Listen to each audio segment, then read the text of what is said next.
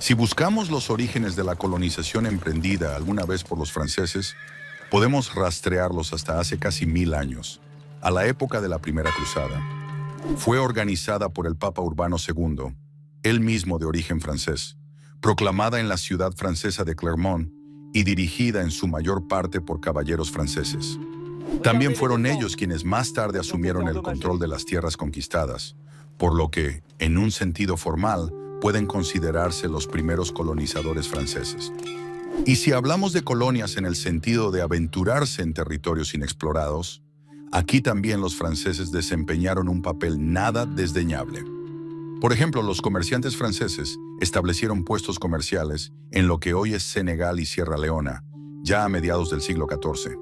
Antes, de hecho, que los portugueses, considerados durante mucho tiempo los grandes exploradores de la costa africana. Aún así, el verdadero inicio de la era de los imperios coloniales, en el sentido clásico, llegó con el descubrimiento de América, que de repente hizo posible la conquista de vastos territorios.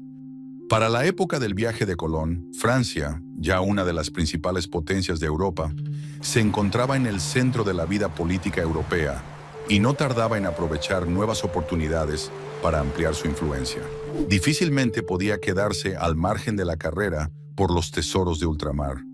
Su propia geografía se prestaba a expediciones marítimas en todas las direcciones, y las ambiciones de Francia en Europa siempre habían sido elevadas. Así, a comienzos del siglo XVI, Francia se sumó a la búsqueda de nuevas tierras al otro lado del océano. El país iba saliendo poco a poco de sus interminables guerras en Europa, y la victoria en la Guerra de los 100 Años sobre Inglaterra otorgó a los franceses, al menos por un tiempo, cierta ventaja en la exploración del Nuevo Mundo. En resumen, la historia del imperio colonial francés comienza con la era de los descubrimientos. Aunque los españoles participaron activamente en la conquista de Centroamérica y Sudamérica, apoderándose de vastos territorios, no pudieron abarcar lo inconmensurable, y gran parte de las tierras en Norteamérica permaneció inexplorada. Los espectaculares éxitos de los españoles, quienes hallaron inmensos yacimientos de oro y plata en el Nuevo Mundo, transformaron las expediciones marítimas de empresas privadas y emprendedoras en asuntos de importancia estatal. Así, en 1534, por orden del rey Francisco I, se envió la expedición de Jacques Cartier, que desembarcó en el territorio de la actual Canadá. Su objetivo principal era, ante todo, encontrar yacimientos de oro, los cuales Cartier no halló. Sin embargo, exploró la costa de Labrador y reclamó esas tierras para la corona francesa. A la primera expedición de Cartier le siguieron otras dos, pero después la exploración francesa se detuvo durante varias décadas, debido a las guerras religiosas entre católicos y hugonotes en la segunda mitad del siglo XVI. Después de que terminaron las guerras, la colonización de las Américas se reanudó, sobre todo gracias a los esfuerzos de Samuel de Champlain, explorador de Canadá. Estudió la región de los Grandes Lagos y fundó la ciudad de Quebec, que se convirtió en la capital de la colonia de Nueva Francia. Hasta el día de hoy, la mayoría de los habitantes de Quebec habla francés. En esta etapa de la exploración norteamericana, los franceses consideraban explícitamente las nuevas tierras como colonias. Era necesario establecer asentamientos permanentes para asegurar un flujo constante de recursos hacia la metrópoli. Por esa razón, los gobernantes de Francia promovieron activamente el reasentamiento de súbditos franceses en el extranjero. El auge de la actividad colonial se produjo bajo el cardenal Richelieu, quien veía las colonias como un medio para contrarrestar a los Habsburgo, cuyo imperio era tan vasto que, como decía el refrán, el sol nunca se ponía sobre él. Richelieu dedicó gran atención a la construcción de una marina y de puertos, impulsó la creación de compañías coloniales de comercio y fomentó el desarrollo adicional de Canadá. Durante su época, los franceses fundaron Montreal, que al igual que Quebec, sigue siendo francófona hoy en día. Aunque la política colonial francesa a veces caía en periodos de calma, en general la expansión creció de manera constante. Un gobernante sucedía a otro, pero tarde o temprano Francia siempre volvía a expandir sus posesiones de ultramar. Durante todo el periodo, las colonias eran vistas tanto como fuentes de recursos como herramientas para contrarrestar a imperios rivales, y la mayoría de las veces cumplían ambas funciones. A finales del siglo XVII y principios del siglo XVIII, Francia pasó de realizar expediciones comerciales a llevar a cabo anexiones y conquistas directas. En el occidente, se apoderó de varias islas del Caribe, colonizó Guayana y Haití.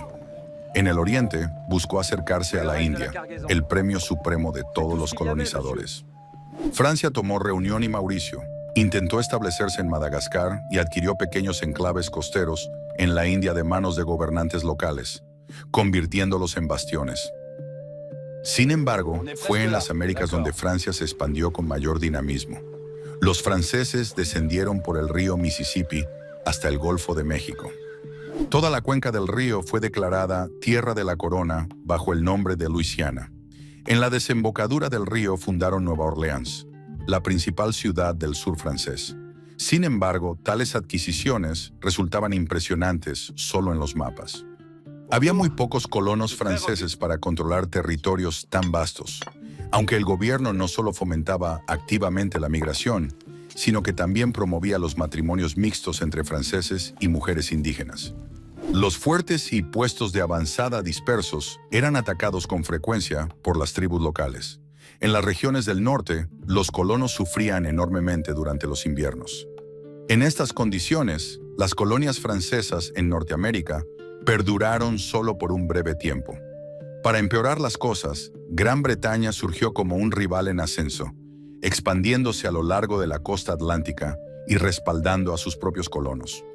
Al final, los colonos británicos superaron ampliamente en número a los franceses y expandieron sus reclamaciones de manera agresiva, lo que condujo inevitablemente a conflictos y enfrentamientos. Aunque las colonias de ambos imperios eran gobernadas desde sus metrópolis, con el tiempo, a medida que crecían las poblaciones y las extensiones de tierra, los colonos empezaron a comportarse con una autonomía cada vez mayor. A finales del siglo XVII, la rivalidad entre los colonos ingleses y franceses en América se había convertido en un conflicto propio, moldeado por intereses locales. Su desarrollo ya no se limitaba a reflejar los acontecimientos en Europa, sino que a veces incluso los anticipaba. Las guerras entre Gran Bretaña y Francia en Europa estallaban periódicamente, y cada vez que esto ocurría, los combates se extendían de inmediato a sus colonias en América. No tanto por solidaridad con la metrópoli, sino porque los agravios locales ya se habían acumulado. Sin embargo, los principales cambios territoriales en las colonias seguían dependiendo de los asuntos europeos. Dos guerras europeas transformaron profundamente el mapa de Norteamérica. A principios del siglo XVIII, Europa se vio envuelta en la Guerra de Sucesión Española, que duró más de 10 años. Tras la muerte del último rey español de la dinastía de los Habsburgo, el trono quedó vacante y Francia, que lo reclamaba, fue derrotada por Gran Bretaña, los Países Bajos y Austria. Según el Tratado de Paz, los franceses se vieron obligados a ceder parte de sus territorios canadienses a Inglaterra. Incluso después de esta guerra, Francia siguió siendo la segunda mayor potencia colonial después de España, pero a comienzos del siglo XVIII, las aspiraciones de hegemonía de Gran Bretaña en Norteamérica se hicieron cada vez más fuertes. La siguiente gran guerra que transformó las colonias fue la Guerra de los 7 Años, a la que a veces se denomina la Primera Guerra Mundial debido a su enorme alcance. Todas las grandes potencias europeas participaron, y los combates se extendieron a Europa, América y Asia. En esta ocasión, la guerra colonial en América no fue consecuencia de un conflicto europeo, sino que lo precedió. Ahora los enfrentamientos en América desataron nuevas oleadas de antiguas disputas en Europa, y la guerra estalló con aún mayor ferocidad. El pobre desempeño de Francia en América se debió a su colonización relativamente tibia en comparación con la de Inglaterra. Al inicio de la guerra, el ejército francés en América era la mitad del tamaño del inglés.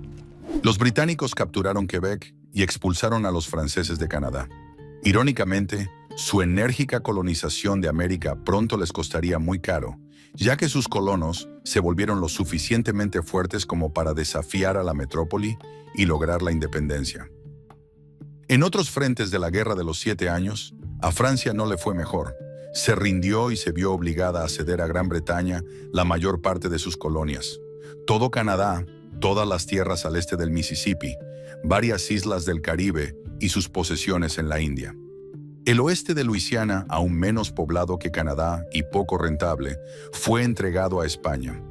Tras la Guerra de los 7 años, Gran Bretaña surgió como la principal potencia colonial y buscó aprovechar cada debilidad de Francia para despojarla de las pocas colonias que le quedaban, pues la estabilidad era precisamente lo que más le faltaba a Francia al final del siglo XVIII. Durante la Revolución Francesa y posteriormente bajo Bonaparte, la política colonial de Francia sufrió nuevos fracasos. La campaña egipcia de Napoleón, cuyo objetivo era establecer una colonia en el Mar Rojo para bloquear a Gran Bretaña el acceso a la India, terminó en derrota. Mientras tanto, a finales del siglo XVIII, estalló una revuelta en la colonia francesa de Haití y de manera inesperada tuvo éxito. El ejército de Napoleón no logró sofocarla y Haití se convirtió en el primer estado latinoamericano en alcanzar la independencia. Para colmo, Napoleón se deshizo de Luisiana. Mediante un tratado con España, Luisiana fue devuelta brevemente a Francia, solo para ser vendida de inmediato a los Estados Unidos. ¿Por qué venderlo? Porque Francia se encontraba una vez más envuelta en guerras en el continente, y defender un territorio tan extenso en América resultaba imposible. Gran Bretaña seguía adelante con su propia expansión colonial, habiendo prácticamente expulsado a Francia del Caribe. Napoleón temía que Luisiana también cayera en manos de los británicos, así que la vendió a los estadounidenses para evitarlo. Hoy en día, el estado moderno de Luisiana recuerda este legado francés. Después de las guerras napoleónicas, que concluyeron con otra derrota francesa, poco más que fragmentos del imperio colonial de Francia sobrevivían. La historia del imperio colonial francés debería haber terminado allí. Y resulta aún más asombroso lo rápido que Francia no solo recuperó el terreno perdido, sino que incluso superó sus logros anteriores. Pero esa es una historia para otra ocasión.